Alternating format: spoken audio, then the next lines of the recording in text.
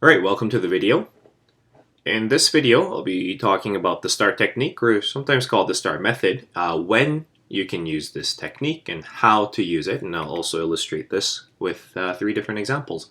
I'm Professor Job Offer, and I've spent the last 10 years with a number of Forbes Global 2000 companies, and I've also been an interviewer for a number of these companies as well. And I'm here to share with you my tips and tricks on landing your next job offer. So, what is the STAR technique? Well, it's an interview answer strategy. And if you want to know more about that, I have a video on that. And when can we use the STAR technique? Because it may not be applicable for every single interview question.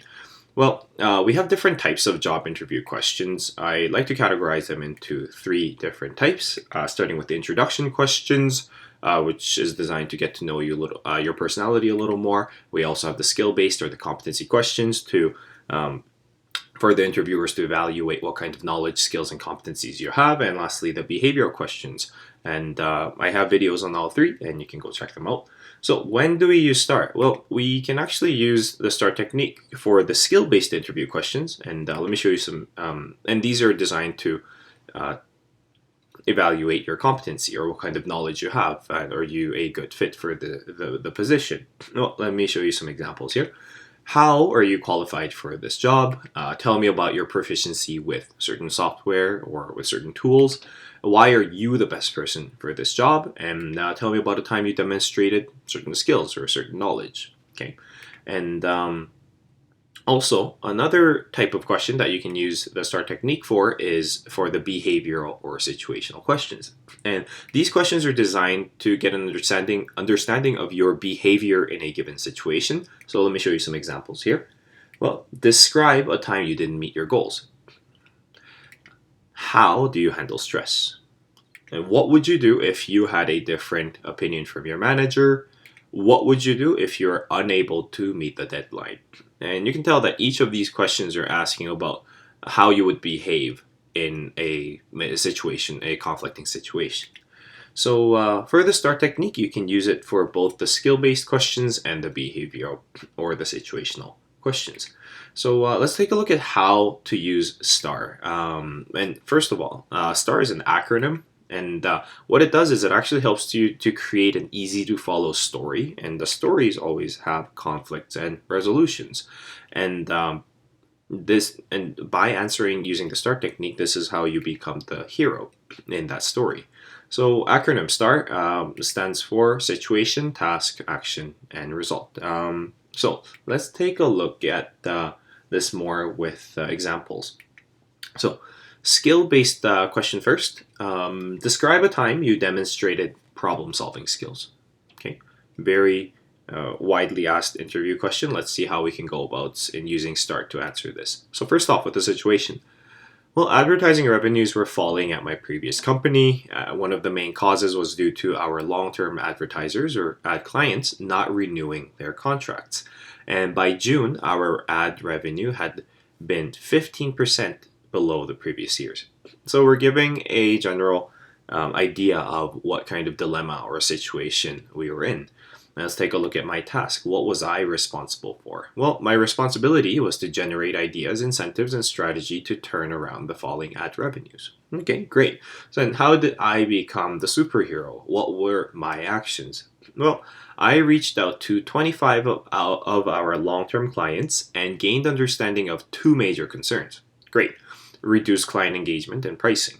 Well, to address this, I devised a 3-step client care strategy for our account managers to build better rapport and improve engagement. Wonderful. Additionally, I created promo packages to bundle ads with other services to offer discounts. Why? Because we have two major concerns. And what did I do to address this? What did I do to improve on this? Let's take a look at the result. Well, my 3-step client care strategy and promo package eventually brought back 70% of the lost long-term clients by the end of the year. Great. As well brought 15 additional accounts through promo packages. And what did that result in? Resulting in a 12% increase in ad revenue compared to the previous year. So following the STAR, we create a nice little story where you become the hero, where you become the protagonist in resolving the problem. Let's take a look at another example with a behavioral question this time. Well, tell me about a time you couldn't meet the deadline. How did you deal with it? Well, it may seem like a tough question because, we don't know if we should say, oh, although, we never met the deadline, which may sound bad, but let's see how we can use STAR to answer this question.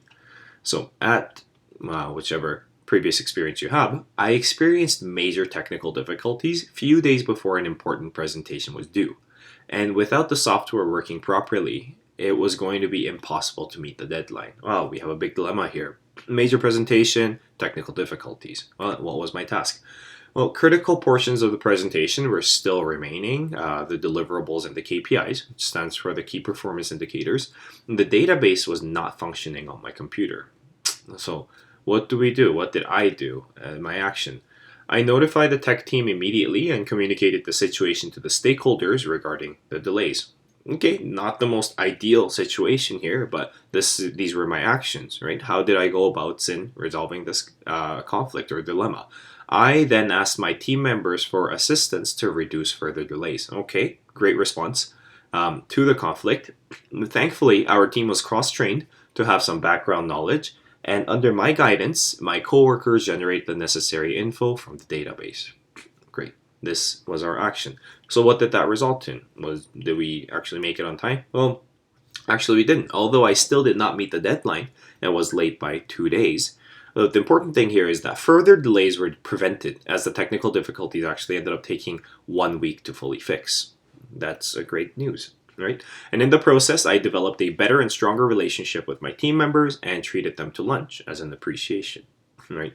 So even though we were delayed, the positive thing here is by taking the actions that this individual did, they were able to prevent further delays, but at the same time, by collaborating with the coworkers, they were able to build a better relationship with the team members as well. So were you able to spot the conflict and resolution? Okay, well, let's see how the last example plays out here. So tell me about a time you had a conflict with your team member and how you dealt with it. So the situation. I've actually highlighted the conflict for you here. I was on the organizing committee for the company's Christmas party, and we found that we would exceed the budget by about 20%. Why? Because each organizing committee member had a different perspective of the priorities and how the budget should be allocated. So as highlighted in yellow here, this was the conflict. Wow, we have a problem. We're going to exceed the budget by 20%. Why? It's because we had different perspectives. Okay, what was our task? What did I do? What did it result in? Let's take a look. We were short-staffed and only had a few weeks to plan for one of the largest events of the year with a limited budget of $50,000. Okay, so my task, plan an event with limited budget and limited time. And my action, why? What did I do? In order to efficiently identify areas to reduce expenses or spendings, because I guess, limited budget, we weren't going to get any more. I suggested taking a step back and creating a table with importance or weights assigned to each category. What does that mean? Well, we're going to see what's important and what we should be spending money on, like catering for the Christmas party or for the Santa Claus or gifts and etc. And why? To reevaluate the allocation of the budget. That was my action. Oh, wow, we're going to go over budget. Why? Because everyone has a different idea on how we should spend money. So I suggested taking a step back, and we're going to create a decision criteria, a table on how and where we should be spending budget.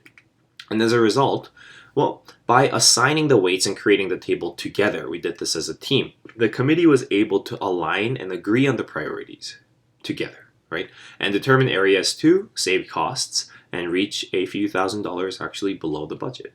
So these were my actions. How did I become the superhero? And what did that result in?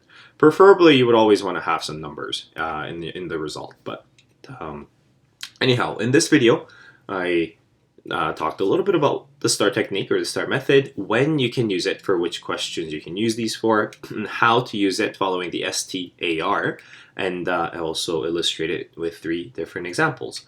And yeah, there are many additional resources available to boost your chances of landing your next job offer, where I explain different sections of a resume and using the samples, and the very first hurdle of your job application, which is the ATS, the applicant tracking system, and some of the secrets that HR will never tell you, and some of the ways some applicants have tried to cheat the system, and this is kind of like what not to do. So, well, I'm Professor Job Offer, and I'm here to help you land your next job offer. Thanks for watching.